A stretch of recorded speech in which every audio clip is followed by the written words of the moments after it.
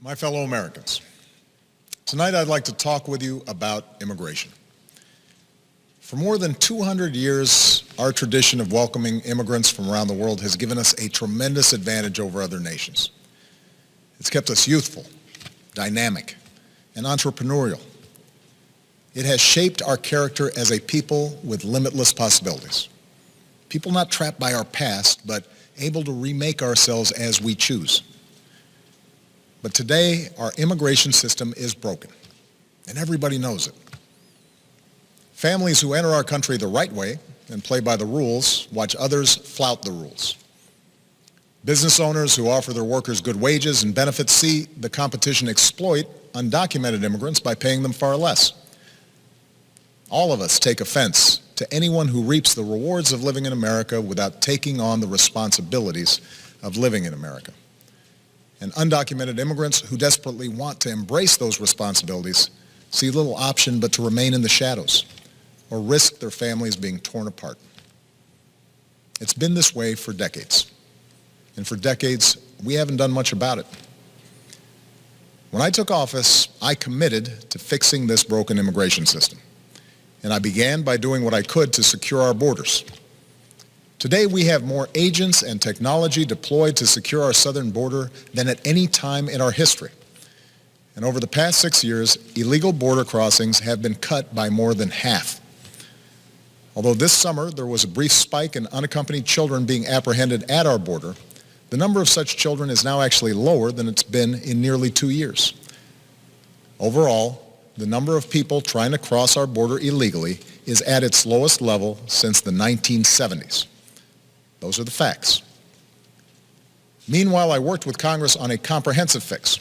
And last year, 68 Democrats, Republicans, and independents came together to pass a bipartisan bill in the Senate. It wasn't perfect. It was a compromise.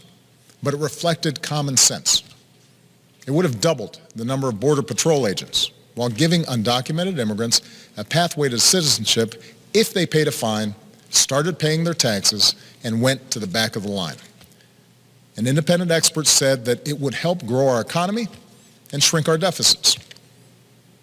Had the House of Representatives allowed that kind of bill, a simple yes or no vote, it would have passed with support from both parties. And today it would be the law. But for a year and a half now, Republican leaders in the House have refused to allow that simple vote. Now, I continue to believe that the best way to solve this problem is by working together to pass that kind of common sense law. But until that happens, there are actions I have the legal authority to take as president, the same kinds of actions taken by Democratic and Republican presidents before me, that will help make our immigration system more fair and more just. Tonight, I'm announcing those actions. First, we'll build on our progress at the border with additional resources for our law enforcement personnel so that they can stem the flow of illegal crossings and speed the return of those who do cross over. Second, I'll make it easier and faster for high-skilled immigrants, graduates, and entrepreneurs to stay and contribute to our economy, as so many business leaders have proposed. Third, we'll take steps to deal responsibly with the millions of undocumented immigrants who already live in our country. I want to say more about this third issue because it generates the most passion and controversy. Even as we are a nation of immigrants, we're also a nation of laws.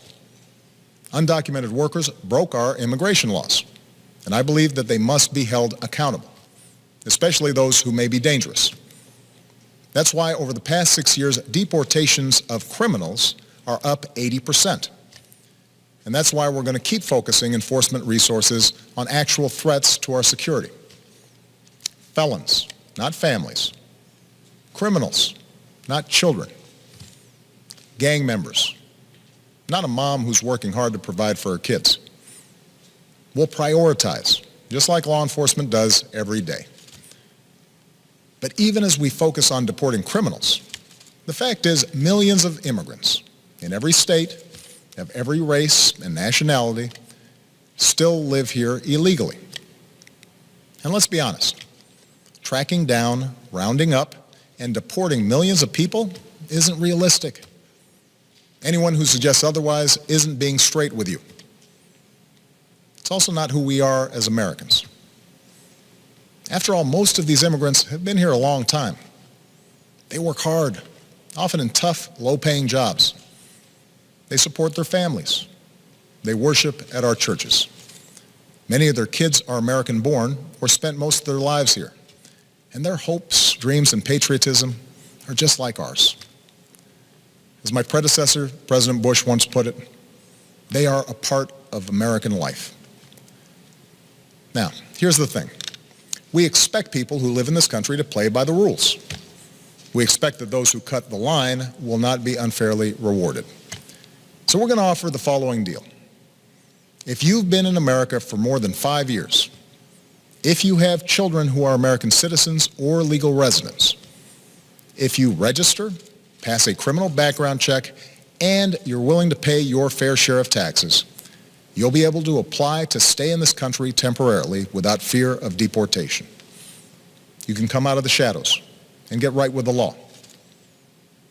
That's what this deal is. Now let's be clear about what it isn't. This deal does not apply to anyone who has come to this country recently. It does not apply to anyone who might come to America illegally in the future. It does not grant citizenship or the right to stay here permanently or offer the same benefits that citizens receive. Only Congress can do that. All we're saying is we're not going to deport you.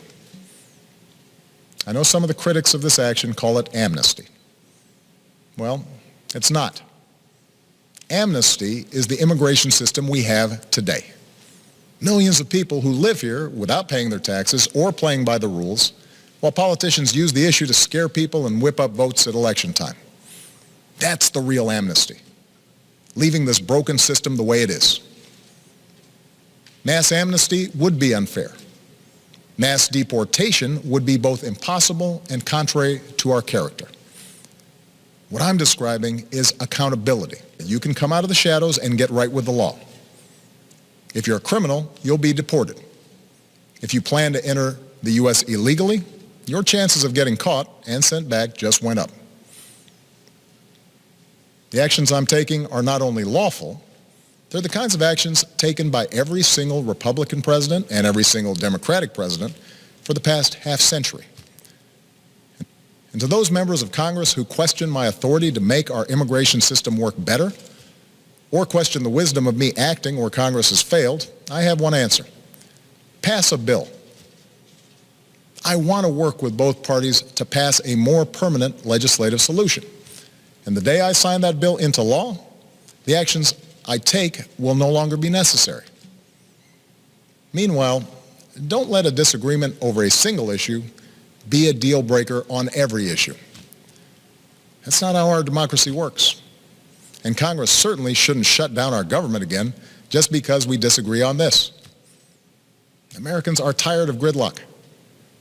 What our country needs from us right now is a common purpose, a higher purpose.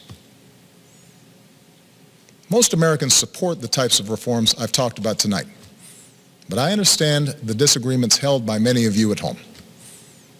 Millions of us, myself included, go back generations in this country with ancestors who put in the painstaking work to become citizens. So we don't like the notion that anyone might get a free pass to American citizenship.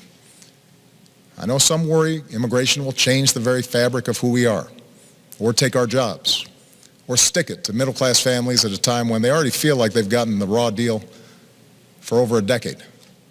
I hear those concerns. But that's not what these steps would do. Our history and the facts show that immigrants are a net plus for our economy and our society. And I believe it's important that all of us have this debate without impugning each other's character. Because for all the back and forth of Washington, we have to remember that this debate is about something bigger. It's about who we are as a country and who we want to be for future generations. Are we a nation that tolerates the hypocrisy of a system where workers who pick our fruit and make our beds never have a chance to get right with the law?